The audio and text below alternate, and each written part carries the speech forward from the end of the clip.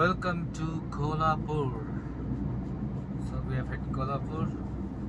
I think around 25 kilometers to the right. We'll reach Nipani. That's where our arduous journey will start. The roads are not that great from there. Let's see. It's a good town. It's famous for Kolhapuri chicken. Kolhapuri chicken plus Kolhapuri mirchi,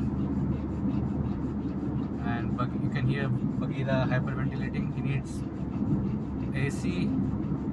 I mean, it's on 4, but he still needs more of it. Probably he needs it to snow around here.